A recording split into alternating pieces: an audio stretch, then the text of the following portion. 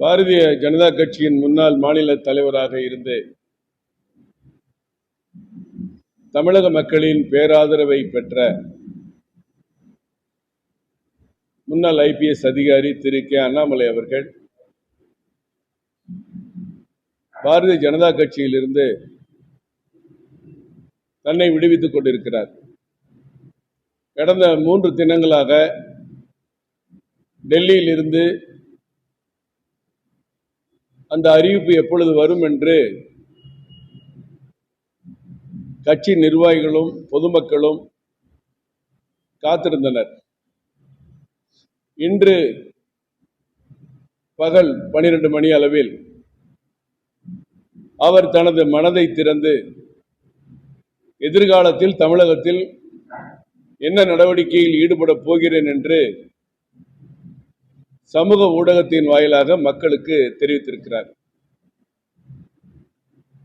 அவரோடு துணை நிற்கும் விதமாக நாங்கள் எல்லோரும் வி சப்போர்ட் அண்ணாமலை என்ற அடிப்படையிலே அவருடைய முயற்சிக்கு உறுதுணையாக இருப்பதாக முடிவு செய்திருக்கிறோம். பாரதிய ஜனதா கட்சியில் எத்தனையோ தலைவர்கள் வந்திருக்கிறார்கள். குறிப்பாக சொல்ல வேண்டுமேயானால் என்னை பொறுத்தவரை இந்த கட்சியில் இணைந்ததிலிருந்து திரு அண்ணன் பொன்னார் அவர்களோடு பணியாற்றியிருக்கிறேன். டாக்டர் தமிழிசை அவர்களோடு பணியாற்றியிருக்கிறேன். மத்திய அமைச்சர் திரு எல் முருகன் அவர்களோடு பணியாற்றியிருக்கிறேன். திரு கே அண்ணாமலை அவர்களோடு பணியாற்றியிருக்கிறேன். திரு நயினார் நாகேந்திரன் அவர்களோடும் பணியாற்றியிருக்கிறேன். தலைவர்கள் யார் என்று நாங்கள் பார்ப்பதில்லை.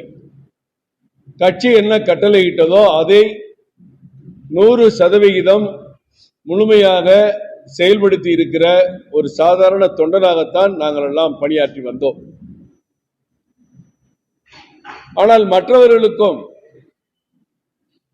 திரு கே அண்ணாமலை அவர்களுக்கும் ஒரு வித்தியாசத்தை நாங்கள் உணர்ந்தோம். மற்ற தலைவர்கள் எல்லோருமே டெல்லியிலிருந்து நியமிக்கக்கூடிய நியமன தலைவர்களாக மட்டுமே இருந்திருக்கிறார்கள். மக்கள் செல்வாக்கிற்கும் அவர்களுக்கும் ஒரு தொடர்பில்லாத நிலை இருந்து வந்தது.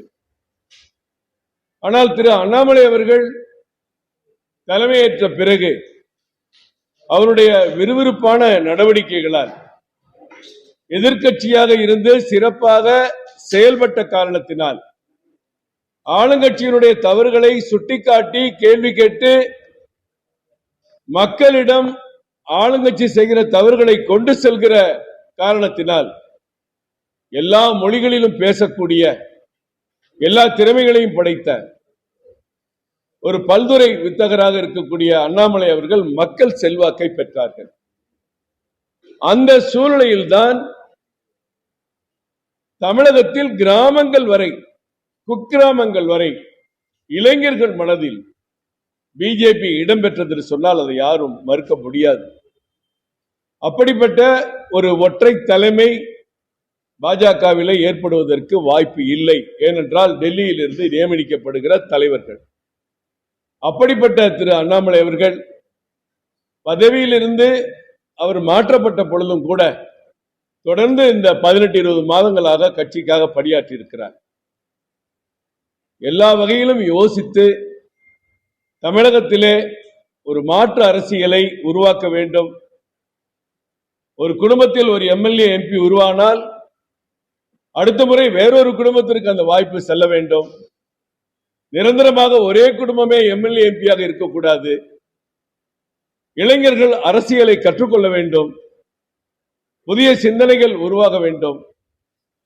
இப்படி பல்வேறு முனைப்போடு இன்றைக்கு புதிய அரசியலை தொடங்குவதற்கான ஒரு அமைப்பை உருவாக்கி இருக்கிறார். இன்றைக்கு 12 மணிக்கு மேல் அவர் பேசிய பிறகு அந்த அமைப்பில் ஏறத்தாழ 6 லட்சத்திற்கும் மேற்பட்டவர்கள் இன்னும் கூடிக்கொண்டே இருக்கிறது. நானும் அதில் இணைந்து கொள்கிறேன் என்று அவரவர் தானாக வந்து இணைந்து கொண்டிருக்கிறார்கள். அப்படிப்பட்ட ஒரு மக்கள் செல்வாக்கு மிக்க தமிழக மக்களின், தமிழக இளைஞர்களின், தமிழக பெண்களின் தாய்மார்களின் ஆதரவு பெற்ற திரு கே அண்ணாமலை அவர்கள் தொடங்கி இருக்கிற இந்த அமைப்பிற்கு நாங்களும் எங்களால் முடிந்த ஒரு சிறு உதவியை அணில் போன்று இருந்து நாங்களும் அந்த உதவியை செய்வதற்கு இன்றைக்கு அவரோடு இணைவதென்று முடிவு செய்து இங்க இருக்கிற எல்லோருமே அவருடைய இணைப்பில் இணைந்திருக்கிறோம். விமான நிலையத்தில் வரவேற்பு கொடுக்கவும் செல்கிறோம். இதில் தமிழகம் எதிர்பார்க்கிற ஒரு தலைமை, தமிழகம் மக்கள் எதிர்பார்க்கிற ஒரு ஆற்றல் மிக்க தலைமை, தமிழக மக்கள் இளைஞர்கள் தாய்மார்கள் எதிர்பார்க்கிற ஒரு அறிவு சார்ந்த தலைமை திரு அண்ணாமலை அவர்களிடம்தான் இருக்கிறது. மற்ற எந்த தலைவர்களையும் நான் குறை சொல்ல விரும்பவில்லை. ஆற்றல் மிக்க தலைவராக குக்கிராமங்கள் வரை பிஜேபியை கொண்டு சென்ற ஒரு தலைவராக அவர் விளங்கிய காரணத்தினால்தான், அவருக்கு ஒரு சிறப்பு தன்மை, சிறப்பு சக்தி, சிறப்பு ஆற்றல் இருக்கிற காரணத்தினால்தான் அவரை நாங்கள் ஆதரிக்க முடிவு செய்து இன்றிலிருந்து கட்சியிலிருந்து நாங்களாகவே ராஜினாமா செய்வ கடிதத்தை இப்பொழுது தலைவர் அவர்களுக்கு அனுப்ப இருக்கிறோம். விமான நிலையத்திலே அவருக்கு வரவேற்பு அளிக்கக்கூடிய ஆயிரக்கணக்கான தொண்டர்கள் அங்க வருகிறார்கள். அவர்களோடு நாங்களும் சென்று வரவேற்பு அளிக்க இருக்கிறோம் என்பதையும் இந்த நேரத்திலே தெரிவித்துக் கொள்கிறேன்.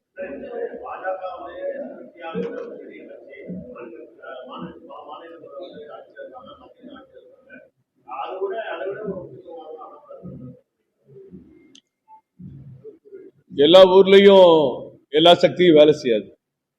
எப்படி இந்தியாவில் ஒரு பெரிய தலைவர் மோடி அவர்களோ அதுபோன்று தமிழகத்துக்குன்னு ஒரு தலைவர் தேவைப்படுது. தமிழகம் எப்பொழுதுமே ஒற்றை தலைமை சார்ந்தே வாக்களித்து வாக்களித்து பழகிவிட்டார்கள். ஒற்றை தலைமை என்ன சொல்கிறதோ அவர்கள் சொல்லுகிற காரணத்தை தான் மனதிலே வாங்கிக் கொள்கிறார்கள். இங்கே டெல்லியிலிருந்து வருகிற சில தலைவர்கள் வரும்பொழுதெல்லாம் இந்தியில் பேசுவதை, நாங்கள் மாற்று மொழி மாற்றம் செய்து பேசுவதை அவர் எந்த அளவிற்கு எடுத்துக்கொள்கிறார் என்று புரியவில்லை. திரு அண்ணாமலை அவர்கள் ஏற்கனவே சமூக ஊடகங்களிலும் ஏறத்தாழ எல்லா சமூக ஊடக பிரிவுகள், இன்ஸ்டாகிராம் அனைத்திலும் சேர்ந்து ஏறத்தாழ 30 லட்சம் 40 லட்சம் பேருக்கு மேல அவருக்கு ஃபாலோவர்ஸ் இருக்காங்க. அப்படிப்பட்ட தலைவர் எல்லா கருத்து, எந்த கருத்து அது கல்வியாக இருக்கட்டும், இயற்கை பற்றி இருக்கட்டும், ஆராய்ச்சி பற்றி இருக்கட்டும், அறிவியல் சார்ந்து இருக்கட்டும், அரசியல் சார்ந்து இருக்கட்டும், எந்த துறையாக இருந்தாலும் பேசக்கூடிய, அதில் படித்து தெளிவு பெற்ற ஒரு ஆற்றல் மிக்க தலைவராக இருக்கிறார். துணிச்சலாக தனது கருத்துக்களை எடுத்து வைக்கிற தலைவராக இருக்கிறார். இப்படிப்பட்ட தலைவரை தான் தமிழக மக்கள் எதிர்பார்க்கிறார்கள் என்பதில் நாங்கள் உறுதியாக இருக்கிறோம்.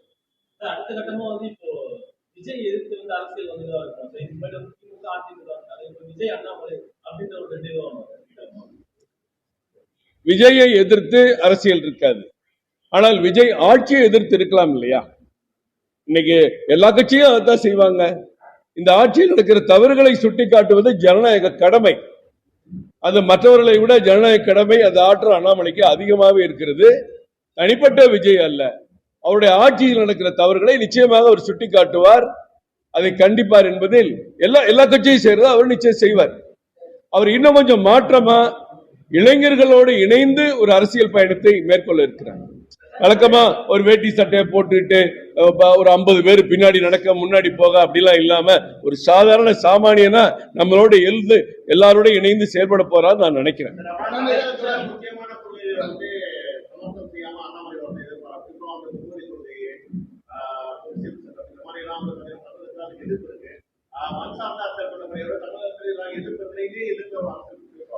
அவரே இன்னைக்கு சொல்லியிருக்கிறாரு, மண் சார்ந்த விஷயங்கள்ல சில கருத்து வேறுபாடுகள் உருவாகி விடுகிறது. மேல டெல்லியில் இருக்கிற தலைவர்களுக்கும் எங்களுக்கும் சில கருத்து வேறுபாடுகள் உருவாகி விடுகிறது. உதாரணத்திற்கு இந்த மும்மொழி திட்டத்தை அமல்படுத்துறதுல 2029-30 தான் நீங்க சொல்லியிருந்தீங்க. இப்பே 9ஆம் வகுப்புக்கு வர ஜனவரியிலே அடுத்த வருஷம் தொடங்க போறேன்னு சொல்றீங்களேன்னு ஒரு கருத்தை தெரிவிச்சார். உடனே நம்ம ஊடகங்கள் என்ன பண்ணாங்க, மத்திய அரசுக்கு எதிராக அண்ணாமலை அறிக்கை அப்படின்னு நம்ம எல்லாம் போட்டோம். இப்ப இந்தி படிக்க வேண்டியது கட்டாயம் இல்ல, ஆனா இந்தி எல்லாரும் படிக்கிறாங்க. தமிழ்நாட்டில் இந்திய 52,000 பள்ளிக்கூடத்துல இந்தி சொல்லி கொடுக்குறாங்க. அனைத்து மெட்ரிகுலேஷன் பள்ளியிலையும் சொல்லிக் கொடுக்கும். அது நம்ம யாரு கண்ணுக்கு தெரியறது இல்ல. அதுக்காக இந்தி வாழ்கன்னு சொல்ல வேண்டிய அவசியம் இல்லை. இல்ல, அவங்கவுங்க படிப்பு சார்ந்து, அவங்க குடும்பம் சார்ந்து, வாழ்வியல் சார்ந்து அந்த மாணவர்களை படிக்க வைக்கிறாங்க. அப்படி சில நிலைப்பாடுகளை மண் சார்ந்து எடுக்க வேண்டியது இருக்கும். மேகதாதுல கர்நாடக பாரதிய ஜனதா ஒண்ணு நினைக்கலாம், ஆனா நம்ம அதை ஆதரிக்க முடியாதுல்ல. இங்க நம்மன் சார்ந்த நம் தமிழக விவசாயிகள் பாதுகாப்புக்காக மேகதாது அணை கட்டுவதை தடுத்து நிறுத்திதான் ஆக வேண்டும். இப்படி பல்வேறு விஷயங்கள் அவர் ஏற்கனவே சொல்லியிருக்காரு. நம்ம பிராந்திய உணர்வோடு, தமிழர் என்ற அடையாளத்தோடு, இந்தியன் என்ற பெருமிதத்தோடு நான் செயல்படுத்துவேன்னு சொல்லியிருக்காரு நினைக்கிறேன்.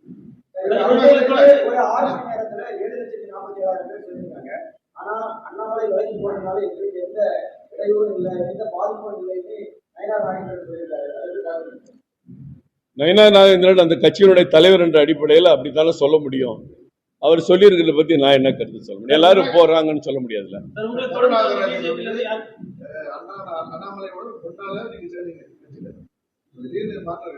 இல்ல, அதான் சொன்னேன், அண்ணாமலை எனக்கு யாருன்னே தெரியாது நான் கட்சியில சேரும்போது.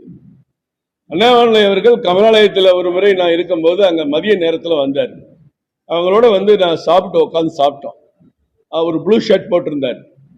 ரொம்ப சாதாரணமான மனிதராக இருந்தார். அப்ப கூட எனக்கு அவர் தான் அண்ணாமலை, ரஜினி சொன்ன அண்ணாமலைங்கிறதுல எனக்கு சத்தியமா தெரியாது. அப்புறம் அவரோட பேசிட்டு அவர் என்னை கொண்டு ஒரு ஆபீஸ்ல டிராப் பண்ணுங்கனாரு. என் கார்ல கூட்டு போய் டிராப் பண்ணேன். அன்னைக்கு அந்த அறிமுகம், அந்த பழக்கம் தான். நான் தான் ஏற்கனவே சொன்னேன் சார், மற்ற நியமன தலைவர்கள்லாம் 3 ஆண்டுகளை எண்ணிக்கொண்டு 3 ஆண்டுகளுக்குள் என்ன செய்ய வேண்டும் அதை முடிச்சுட்டு அடுத்து வரக்கூடிய ஒரு கிளிப்பிள்ளை மாதிரி அடுத்து மறுபடியும் ஒரு தலைவர், மறுபடியும் ஒரு தலைவர்னா தமிழ்நாட்டில் எப்படி சார் மாற்றம் கொண்டு வர முடியும்? ஏதாவது ஒண்ணு இவங்க சொந்தமா யோசிச்சா கூட செயல்படுத்த முடியாது. அதனால நம் தமிழ் மண் சார்ந்து தமிழ் மக்கள் உணர்வோடு ஒரு அமைப்பை உருவாக்கணும்னு நினைச்சு அவர் இன்னைக்கு பேசியிருக்கிறார். பேசிய கருத்தை தான் நான் திருப்பி பிரதிபலிக்கிறேன். அதுக்கு நாங்கெல்லாம் உறுதுணையா இருக்கலாம்னு நினைக்கிறோம்.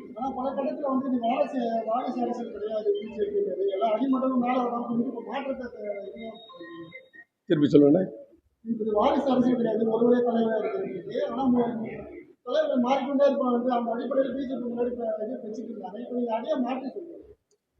உங்களுக்கு அடிப்படை வெற்றியை உருவாக்கணும்ல. அண்ணாமலை மகனை வந்து இப்ப தலைவர் பதவி கொண்டு வந்தா நீங்க சொல்லலாம். அண்ணாமலையே வந்து உருவாக்க போறாரு. அண்ணாமலை என்ன சொல்லியிருக்காரு? ஒரே குடும்பத்துல எம்பி எம்எல்ஏ வரக்கூடாதுன்னு சொல்லிட்டாரு. இப்ப ஃபர்ஸ்ட் பேட்டியிலே இன்னைக்கு அதான சொல்லியிருக்கிறாரு. ஒரு குடும்பத்துல ஒருத்தரே எம்பியா இருக்கணும், அடுத்து 5 முறை எம்பி, 6 முறை எம்பி, 4 முறை எம்எல்ஏ, அதெல்லாம் மாத்தணும்னு சொல்றாரு. இருக்கலாம், பாஜக இருக்கலாம். இல்ல இல்ல, அதெல்லாம் நான் யாரையும் நாங்க செட் பண்ணல, யாரெல்லாம் வரணும்னு பேசல. இந்த நிமிடம் வரைக்கும் என்னுடைய கட்சி பணியை நான் செஞ்சுட்டு தான் வந்திருக்கேன். இன்னைக்கு காலையில கூட திரு நயனா நாகேந்திரன் அவர்களோடு நாங்க வந்து ஜாதி வாரி கணக்கெடுப்புக்கு ஆதரவான கூட்டத்தில் நானும் பங்கேற்று தான் வந்திருக்கேன். என்னுடைய கடமையிலிருந்து நாங்க தவறல. இங்க வந்ததுல நிறைய நிர்வாகிகள் என்னோட வந்திருக்காங்க, மாநில நிர்வாகிகள். அவங்களோட நீங்க கண்டிப்பா தெரிஞ்சுக்கன்னு நினைக்கிறேன். சாய் சத்யன் அவர்கள் மாநில செயற்குழு உறுப்பினர், சென்னை ராஜா மத்திய அரசு நலத்திட்ட பிரிவினுடைய மாநில தலைவர், கிருஷ்ணசாய் ஓபிசி அணியினுடைய மாநில துணைத் தலைவர், எக்மர் பிரசாத் இசி அணியினுடைய மாநில துணைத் தலைவர், சிமோன் மத்திய மாநில செயலாளர், சுப்பையா முன்னாள் மாவட்ட பொதுச் செயலாளர் சென்னை கிழக்கு, பட்ராமசுந்தரம் மாநில செயலாளர் உள்ளாட்சி பிரிவு, அடுத்து ஆர் ராமகோபாலன் இந்த பகுதியினுடைய மண்டல் தலைவர், பி மாயாண்டி விளையாட்டு பிரிவினுடைய மண்டல் தலைவர், கார்த்திக் சிவன் மாநில செயலாளர் ஊடக பிரிவு, Nithyanandam ARS district general secretary இளைஞர் அணி, இவங்கெல்லாம் இப்ப வந்திருக்காங்க. யாரையுமே நாங்க கூப்பிடல. இது அவங்கவுங்க இஷ்டம், எந்த கட்சியில இருக்கணும், எந்த கட்சியில இணையணும்னு. அது அண்ணாமலே விரும்ப மாட்டார். பாஜக இருந்து எல்லாரையும் நாங்க ஒன்று திரட்டி அவங்களை வரணும், அவங்களை கூட்டிட்டு வரணும், இவருடைய ஆதரவு தெரிவிக்கணும், ஏற்பட்டு போகணும், யாரும் ஒருத்தருக்கு ஒருத்தர் பேசல. அவங்களா தானாக ஏற்பட்டுக்கு யார் வர்றாங்க, யார் வரவேற்பு கொடுக்குறாங்க அப்படிங்கிற நிலை. நமக்கு வந்து யாருக்கும் தனிப்பட்ட மேல கருத்து வேறுபாடோ விருப்ப வெறுப்போ எங்களுக்கு கிடையாது. தமிழக மக்கள் விரும்பக்கூடிய ஒரு தலைமையாக அண்ணாமலை இருப்பார். அந்த இயக்கம் தமிழக மக்களுக்கு நன்மை செய்யும், நல்ல திட்டங்களை செயல்படுத்தும், நல்ல மாற்றங்களை கொண்டு வரும். அந்த ஒரு நோக்கம் தான் ஒழிய வேற எந்த நோக்கமும் இல்லை கிடையாது.